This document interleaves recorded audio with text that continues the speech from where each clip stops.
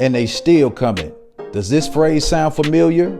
This year, as of October 2023, over 730 people have made decisions for Christ across all of our campuses. Because souls are one of the only things that last forever, every time that we give through the Start Church, there is an eternal return on our investment. Your gifts have been and will continue to be used to bring more people to Jesus. Here's our ask. Pray about and consider a generous end of the year financial gift to God through the Start Church beyond your tithe.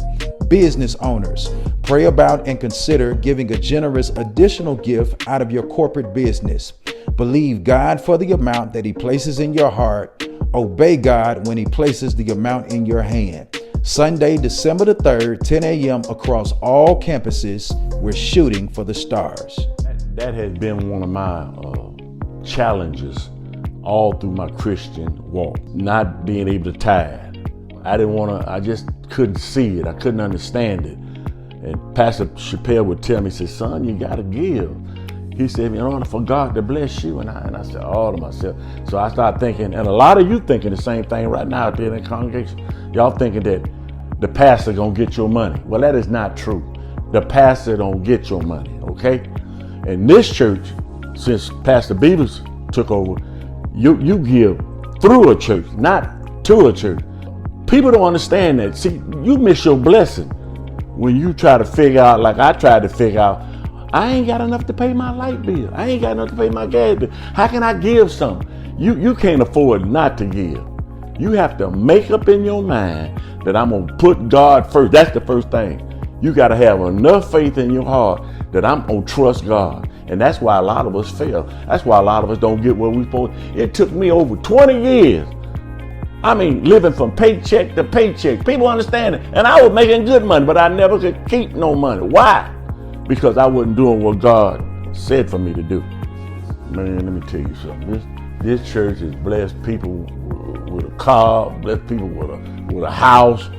I mean, we give food. We had them lined up all the way around down the street giving. Man, the money just don't stay sitting here like it's idle.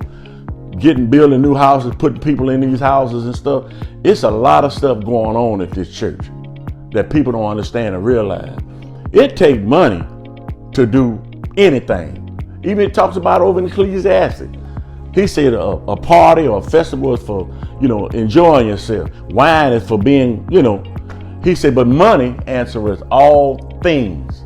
So you gotta have some money. The church gotta have some money. The pastor gotta have some money. You gotta have some money. We can't get around that. I don't care how you do it. But the thing is, you don't love the money. See, people will do anything for money. You know that, and I know it. For the love of money. Gotta make that money, man. But you can't love the money. You just a steward over your little money that you get. That little, I call it chump change that we get. You make $100,000, $200, it don't matter. It's still chump change to God. You follow what I'm saying? And if you're blessed to do that, you ought to be a blessing to somebody else. This financial thing is based on sowing seed, like in your garden. You can't plant a seed today and think you're gonna go out there tomorrow and get some tomatoes. It don't work like that. You understand?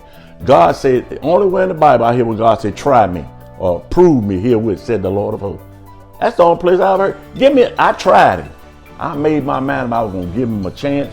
I'm gonna try it. And when I did, man, I tell you, it didn't look good at first, but I just kept on doing it, kept on doing it, kept on doing it. Next thing you know, man, I had $200 on my account, $500 on my account, $1,000 on my account. Man, God don't, hey, if you trust God, God gonna bless you.